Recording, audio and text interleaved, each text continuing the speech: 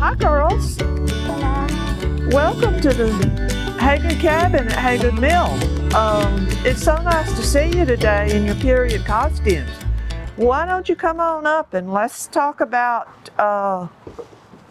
fibers a little bit, because that's mostly what we do at this cabin. Do you girls have any questions? I don't think so. Okay, well, we want to talk a little bit about where the materials came from that our ancestors made their clothing and the things that they used in their house. And everything started with fibers. They grew cotton. This is raw cotton. This is what your aprons were made out of. Down around Charleston, they grew silkworms. This is silk that could be spun and woven into silk fabrics. This, does anybody have any idea what this is? Sheep wool? It's wool. This is the raw fleece off of a sheep.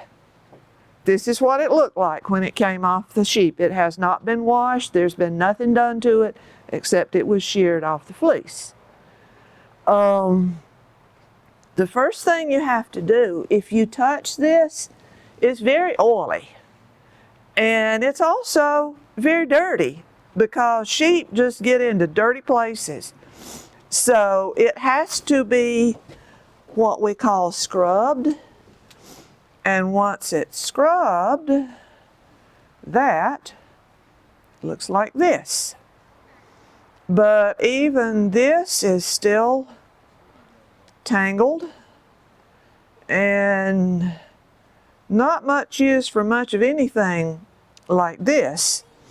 So the next thing that happens is that your cotton, your wool, some other things are processed with what we call cards.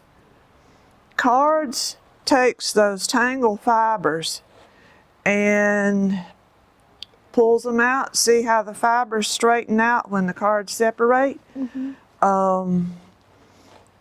And you straighten your fibers like that so that they're in order so that you can do something else with them.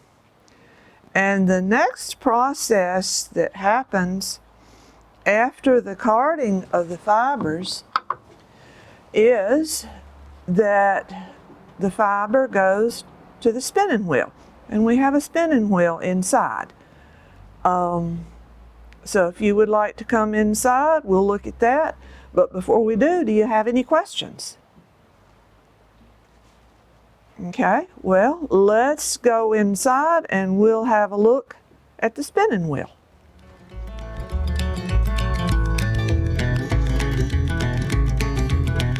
Well, girls, here we are inside now at the spinning wheel. This is a very old wheel. It's known as a walking wheel. But once the fibers were straightened, carded, they come to this wheel to be turned into thread. And there's just a little bit, there's not a whole lot here for you to see, just a little bit on this spindle. And this is very fine cotton. This came off of that fleecy white cotton that we saw out there. But the lady of the house, when she spun, held her fleece in her right hand. She was actually on the other side of the wheel, and she turned the wheel with her left hand. And when she did, this spindle turned and it twisted the thread so that it turned into yarn. And the yarn could be used for, anybody know what? Anybody want to take a guess? Clothes? Well, yeah. Knitting? It could be used to knit with. It could be used to weave with. I have some samples outside of laces that were made with the fibers. And over in this next room, we have a floor loom. The fibers that were turned into fabrics went from the spinning wheel over to the floor loom to be woven. So let's go and have a look at the loom. Okay, this is our loom. There's already some fabric woven. This is hand woven fabric that was done on this loom. When you come here, the first process that has to happen is that these threads, these are the warp threads, and they all have to be loaded into this loom. It's a very tedious process. It takes quite a bit of time and effort to do, and as you can tell from the pattern in this, you have to count the threads if you're doing a pattern, if you're doing colors especially. You have to make sure that you have everything just right, because you don't want to do it wrong and look at your fabric and go, oops, and have to do it over again. This loom is operated by these foot pedals. They separate these threads, and when the threads are separated, the weft thread is thrown through here with a shuttle.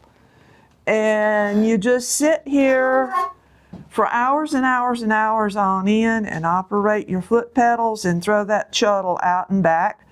And every time you throw the shuttle, you do this, that packs your fibers tight so that you have a good solid fabric when it's woven. This fabric that's on here would probably have been used for dish towels or something like that, but as you can tell from the width of the loom, it's capable of weaving fabric a good bit wider than this, and that's how our ancestors got the fabric that they made their clothes with. And outside on the porch, I also have some samples of some other things that could be done with the fibers. So if you'd like to go back out, we'll have a look at that stuff and see if you have any questions. Okay, girls, you remember that very fine thread that was on that spinning wheel? Mm-hmm. This is a little piece of tatted lace. This was made by hand from thread that was as fine as what we saw on that spinning wheel in there. Our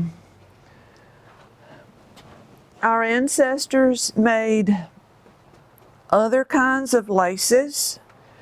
This is a piece of knitted lace. This they would probably have used on pillowcases or other linens, possibly even on the dish towel like what we saw on the loom. And they spun heavier threads that they did other things with. This hat was crocheted. It's out of cotton. We saw the cotton over there when we first started. And this hat is crocheted and made out of the cotton. And the lady of the house might have worn this hat when she went to town.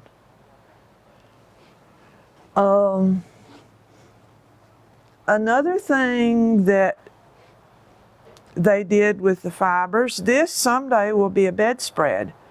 And this again is done with fairly fine thread. And it's something that the lady of the house would have done in the evenings, particularly in the wintertime when the evenings were long. And one of the other things that they did with fibers. They made their socks. There was no going to town and buying a pair of socks when you were out your socks. You just spun some more wool and you made yourself some socks, and you made socks for your family. So this is another example of what would have been done with that wool over there. Anybody have any questions? How long did it take to make the socks? Pair of socks probably could have been made in a week.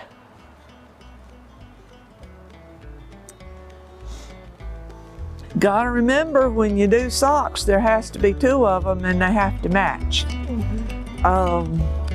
But probably it would be realistic for a pair of socks to be made in a week. Any other questions? Well, thank you for visiting Hagood Mill today. I hope you've learned things, and I hope you'll want to learn to do some of these fiber arts.